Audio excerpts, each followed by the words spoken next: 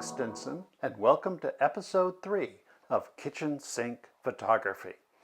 But as you'll notice, we're not in the kitchen today, we're in the laundry room. And that's because we're going to use the cyanotype to generate fashion.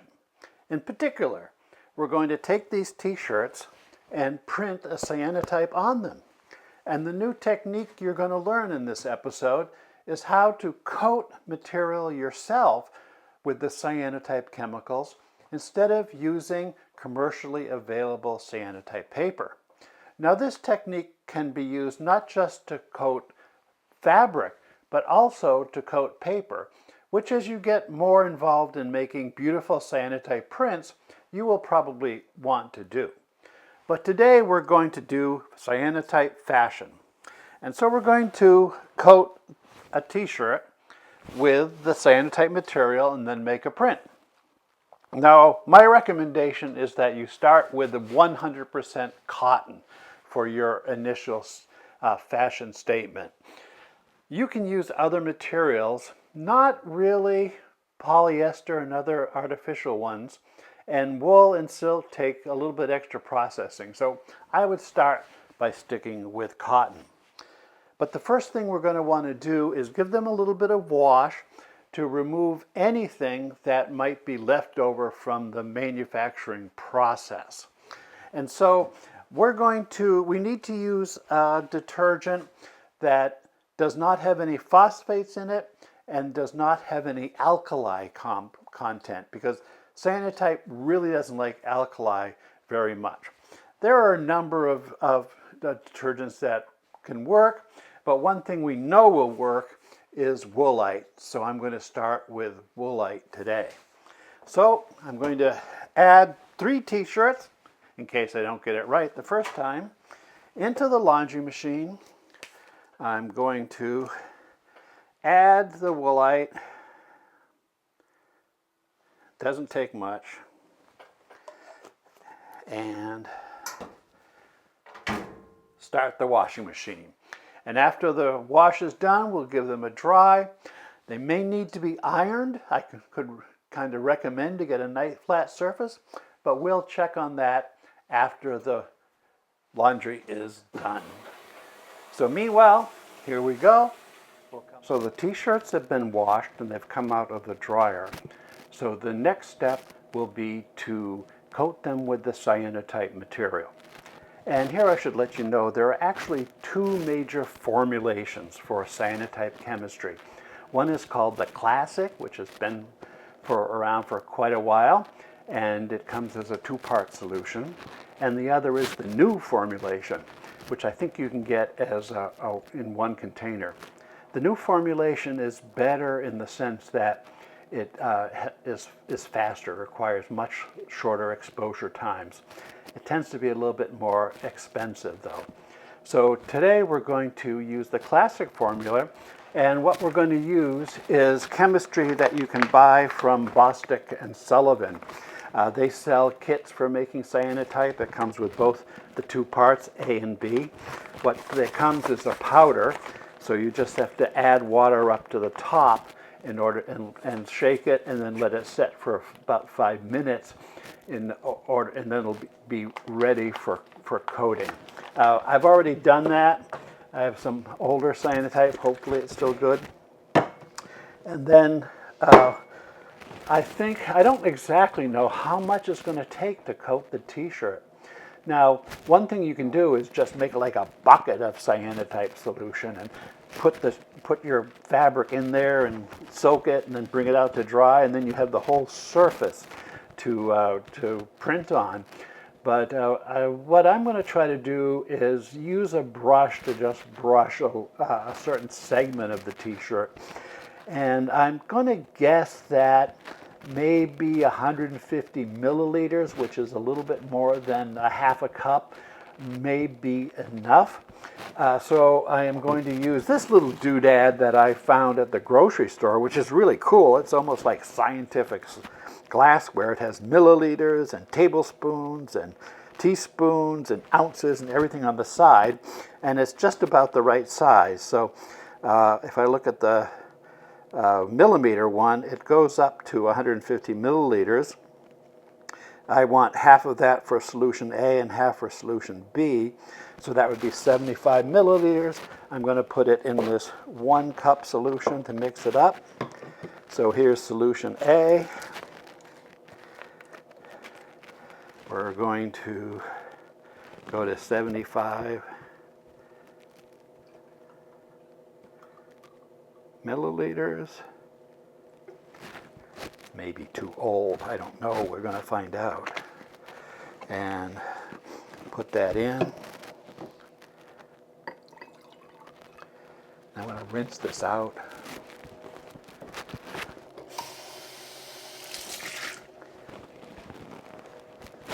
And then solution B, another 75 milliliters.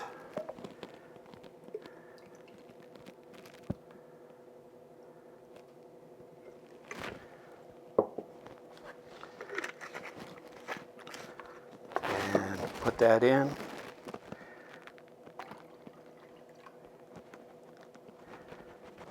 And I will observe that I have put a couple of layers of butcher paper down here to protect my counter. I think that's a really good idea. And I'm going to label this as photo only in the future so it doesn't get used for food. Dampen the brush.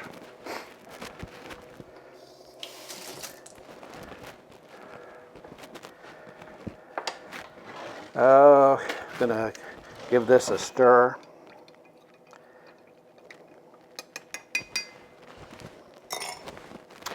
And now I've got my t-shirt, and as you can see, I put a piece of cardboard in between, inside the t-shirt, so that Cyanotype material doesn't soak through to the other side. Probably should have ironed this before, but I'm lazy, so I'm going to see how this works. So here we go. Take the Cyanotype chemistry and start painting it on here.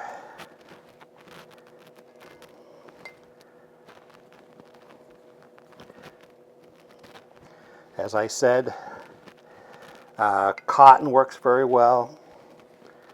Any kind of fabric that absorbs the chemistry will work. It's not requiring as much as I thought, but I want to get a good thick coating on here so I can get a good print.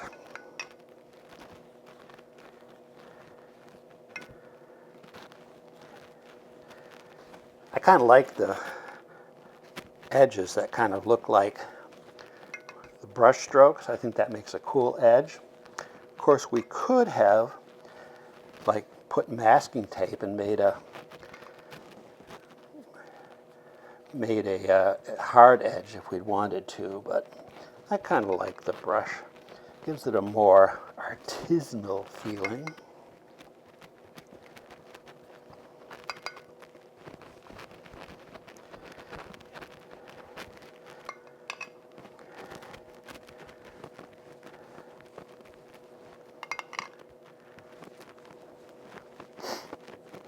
This is working out.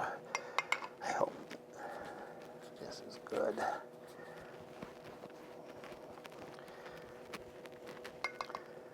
You know, this half a cup probably could coat the whole t-shirt.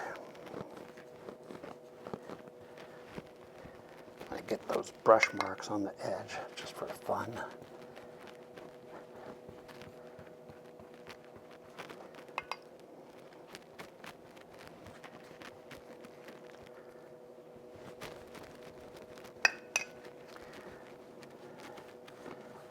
Okay, it looks pretty darn saturated. I'm not sure I can get any more of the chemistry absorbed into the cotton. It's pretty well saturated.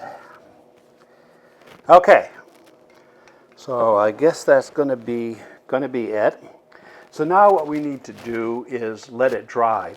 I'll probably let it dry overnight, but it probably takes less than that, maybe a few hours or not. Now, when it's drying, you need to keep it in a dimly lit place. I don't want it to get too exposed to any UV. So what I'm going to do is I'm going to set this on this bucket, and I am going to go put it back in the laundry room and just set it on top of the washing machine, close the doors, and it will be pretty dark in there, but still good airflow. So I'm sure by tomorrow it will be completely dry. So stay tuned, and we'll be back in a bit. Well, here we are back in the laundry room. I'm going to check to see if the t-shirt has dried overnight. And yeah, it definitely has dried overnight. That's great.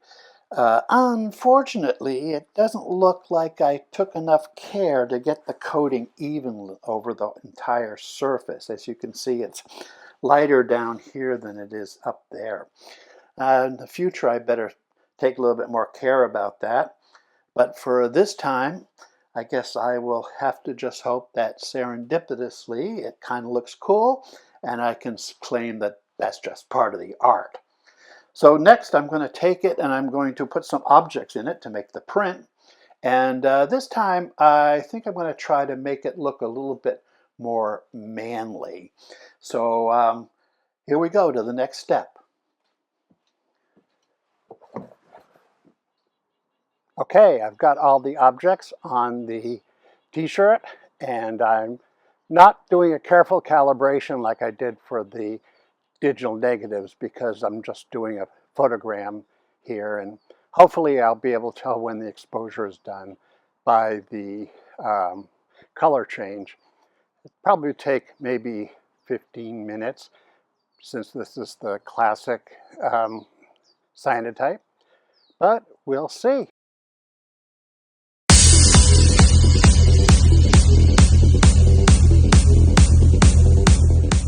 The cyanotype turning light gray, we know the exposure is complete. The exposure complete. We're now ready to develop it in water. And one thing to note is I found that tap water often is a little bit alkali, and that will tend to make your cyanotypes look more gray than blue. So it's a good idea to add some acid to the wash water. You can use vinegar. I like to use lemon juice. I think that works pretty well, but almost any acid will work. You could do some experiments to define what the optimum amount is, but I'm going to put like maybe 3 capsules of this in there. And I think that ought to be more than enough. Give it a little stir. And the t-shirt itself, look at it. It seems to have come out pretty well. I think this is a pretty good start for development. So we'll take the t-shirt cardboard out, and we'll stick it in the water, and we'll start to develop it. You can see the yellow coming off, and that's the unexposed cyanotype chemistry. Probably need to do a change of water at this point because you can see how yellow the water has become.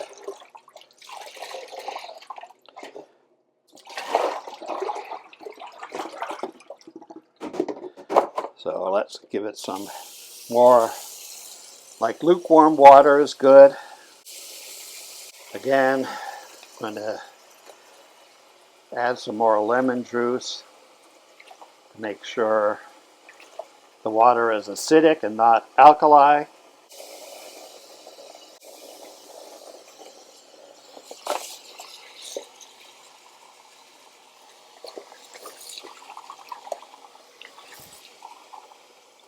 probably need to do a few changes of water before we get all the unexposed cyanotype material washed out. And that's a critical step. We certainly don't want any unexposed chemistry there, because that would end up getting exposed over time and ruining the image. Like getting your hands wet, this is a great project. Some of the blue comes off. You can see the water is a little bit blue. That's normal. It's looking good. I'm going to do one more change of water, at least.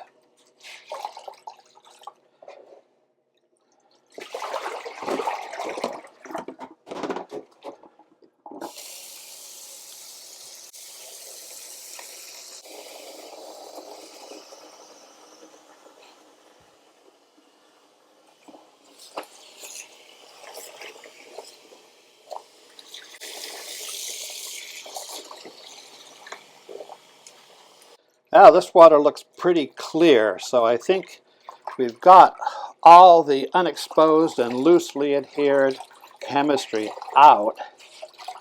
I'm going to do one last wash, and this time, as I mentioned earlier, the cyanotype has to oxidize a little bit to get the full blue color, but you can speed that up by adding hydrogen peroxide to the water. And since I'm an impatient guy, that's exactly what I'm going to do. Just drugstore hydrogen peroxide.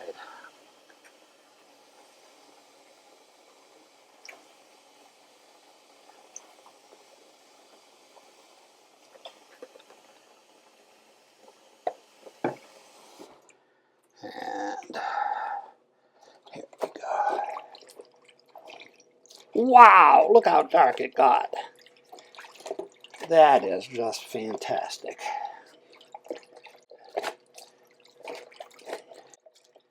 Look at that. We've got beautiful cyanotype here.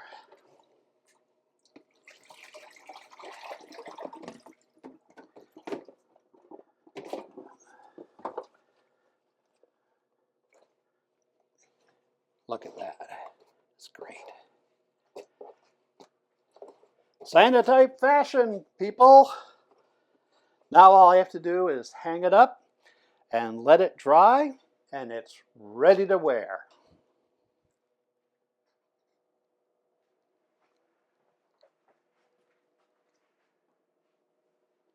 Well, here we are back in the kitchen where kitchen sink photography started. And as the old saying goes, the proof of the shirt is in the wearing.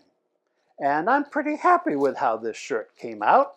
Now it's kind of hard to get an even coating, so I think that maybe next time I'll just coat the entire shirt with the cyanotype material and then end up with a solid blue shirt, except where the pattern is that I'm trying to create.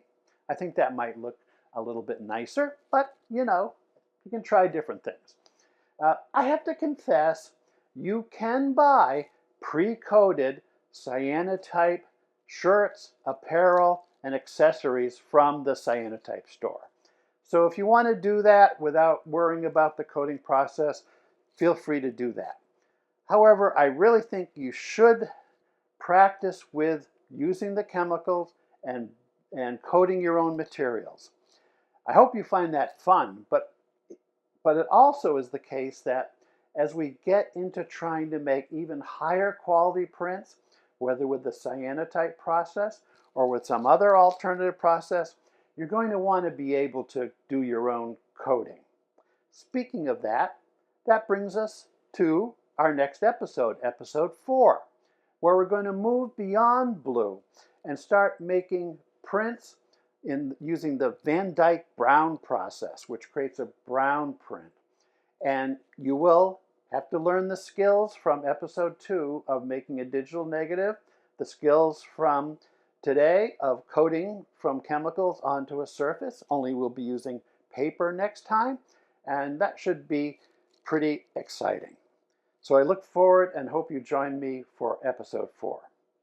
Let's close this episode with some fabric and some designs that other people have made using the cyanotype process.